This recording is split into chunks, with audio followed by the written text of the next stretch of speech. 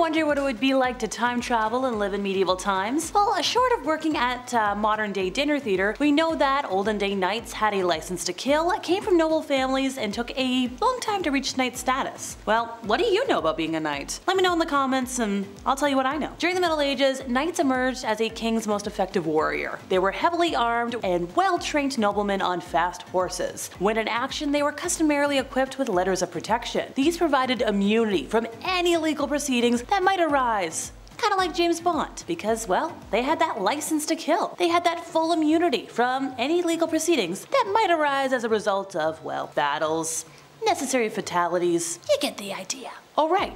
Most knights actually came from noble families and were mostly sons of wealthy landowners. So your eldest son would inherit the land and title, so other sons often turned to knightly careers to support themselves and get some honor. Now some knights became mercenaries and fought for pay in foreign lands, others became knights errant and looked for adventure while roaming the countryside. Touch on that more in a moment. During the High Middle Ages, knighthood was considered a class of petty nobility, and by the late Middle Ages, the rank had become associated with the ideals of chivalry, a code of conduct for the perfect courtly Christian warrior. Often a knight was a vassal who served as an elite fighter or a bodyguard for a lord, with payment in the form of landholdings. The lords trusted the knights because, well, they were skilled and they're like, hey, you're gonna protect me and here's some money. We still have security, right? Alright, their armor. So a knight's armor weighed about 50 pounds, and it was so heavy that it would take a squire to help them strap up. This armor would be made up of many pieces. We're talking the helmet, a breastplate, arm plates, leg plates, sometimes even shin guards. Not just for soccer. There was no shortage of materials for the armor either. A knight's sword was very heavy and could weigh up to 5 pounds. It was usually worn on the left side of the body, so you could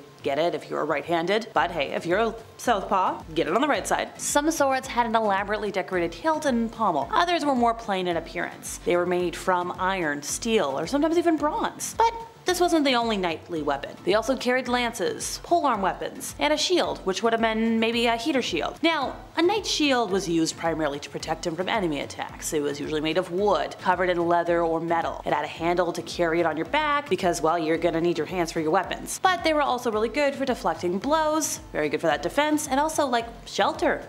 Sometimes you need that. Now, early medieval knights such as the Normans wore basic open helmets, while later knights wore totally enclosed great helmets. Later visors were added to many medieval helmets such as the bassinet. This offered the knight better breathability and visibility when required, but you'd still get that nice protection when you need it. So in addition to fighting effectively, knights were defined by their moral beliefs. The concept of chivalry developed when knights became closely linked to the Christian Church. Now this occurred after Pope Urban called for a great crusade to free the Holy Land in, I think it was 1095? So in the early Middle Ages, church councils were praying to be delivered from knights, because they didn't really like them. So thereafter, taking the cross became a badge of respectability. Pious knights were urged to defend to the utmost the oppressed, the widow, and the orphan. The code of chivalry first emerged as a means of, well, curbing and reforming those really ruthless and brutish warriors. As a code meant to shape the behavior of the elites, chivalry encouraged knights to act ethically, honorably, and morally, but it was more often an ideal rather than a reality. Warfare inherently demanded mayhem, and knights did kill innocents. Like when Edward, Prince of Wales, led siege to an area and kinda killed all their residents. The word chivalry itself, by the way, comes from the medieval Latin cavalarius, I think I got that right, meaning horseman. Jousting for knights was often put on for the entertainment of lords and even English royalty, but it wasn't without serious risk. Serious injuries and even death was kinda commonplace. If a knight was severely injured, the opposing knight might be told by the most senior spectator,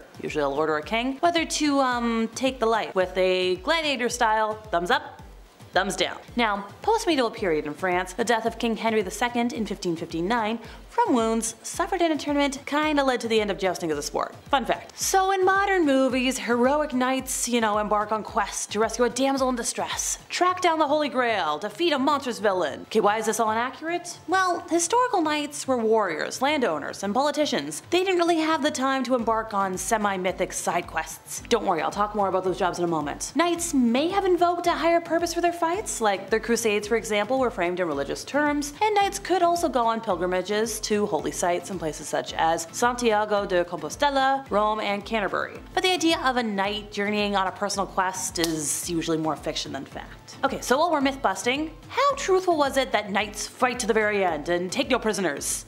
Wrong again. Knights were nothing if not pragmatic, so the ransoming of captured opponents was big business. They ransomed nobles, royals, and other knights for money, jewels, and equipment. Foot soldiers and peasants were less likely to be ransomed than their noble counterparts, but there was still more of use alive. Alright, back to movie magic once more. So either in the heat or clash of a joust, knights donning full armor remove their helmets in, well, modern movies, only to reveal that they aren't wearing proper headgear, because you get that hair flowing in the wind. Now, why is this inaccurate? Well, for starters, it would be a terrible idea for any knight to remove their helmet in the heat of a clash or even for a joust. They are the only means of protection for one of the most vulnerable parts of the human body. Helmets remained an important piece of armor even when full body plate armor kind of became obsolete. Now, under a helmet, knights' chainmail didn't stop at their necks. Their coats also included like a hood. Knights wore a layer of fabric as a padded cap between their head and their helmet, and the padding further protected a knight's head by cushioning any blows that they might receive. In the 14th century, some knights even wore a smaller helmet underneath their great helm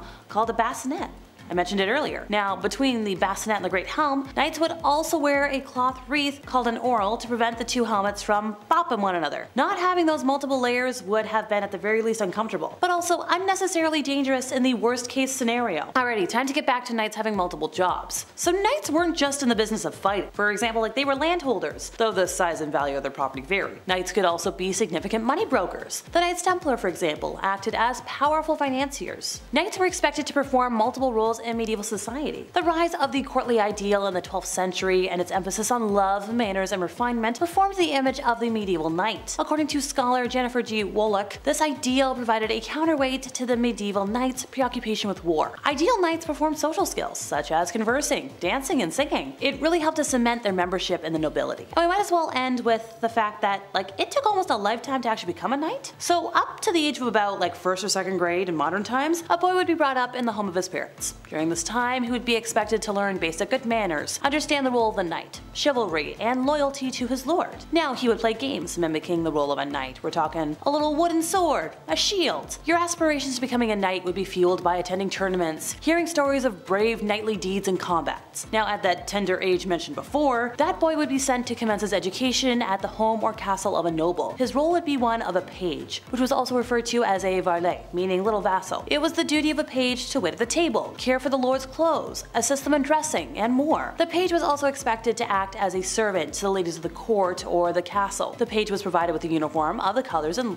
insignia of the lord, and there would be a lot of pages kicking around a castle. Quite the pecking order. And how was this pecking order decided? Well, for the most part, age. Now, the ages of the pages would range from 2nd grade to what is roughly legal first job age in modern times. And that's when they would take the next step to becoming a knight by serving in the position of a squire. Now, this young page, or now squire, would receive an education of religion, manners, riding, hunting, and strategic games such as chess. But once you become a squire, that's when you start practicing lancing and using the prowess and training of your seniors. The use of the lance would be practiced together with the skills of horsemanship. How would you do that? Well, you'd get a target, you'd mount a wooden horse on wheels by holding a lance, and the wooden horse would be pulled along by 2 other pages or squires towards the target, and the page would aim the lance. You'd also have some fun with swordplay, because you got some wooden swords, some shields, learn those skills. Fighting on piggyback introduced young squires to the balance and skills required in mountain combat. The page would attend their superiors at tournaments, which were always seen as great occasions in the life. So, what happens when you become a squire? How is this different? That's when you are directly a servant to a knight, and this is one of your most important steps to becoming a knight. Your duties involved learning about chivalry, the rules of everything, horsemanship, and practicing that use of weapons and other skills. It's also your duty to enter into the social life of the castle, learn etiquette, jousting, music, dancing. You would serve in this role for about 7 years and then finally become a knight at the age of 21. Now, sometimes knighthood was given to you at an earlier age as a reward for bravery on the battlefield. In times of war, squires accompanied knights on the battlefield, leading and tending the horses and dressing them in their armor. Now, they came under fire from arrows, and sadly, wasn't really good for life expectancy. But after many long years of training and learning the skills of combat and chivalry, well, the steps to knighthood are completed and symbolized in the Order of Knighthood ceremony. The culmination of the ceremony was when a knight was dubbed and the words "Arise, Sir Knight" were uttered. This final part of the ceremony would have been knighted by a local knight, or if you were very lucky, a greater noble, maybe even the king, and your ceremony would mark the final steps to knighthood. And that's it for me once again, folks. I've been Alexa, your resident emo girly. See y'all next time I buzz in over here at Bumblebee.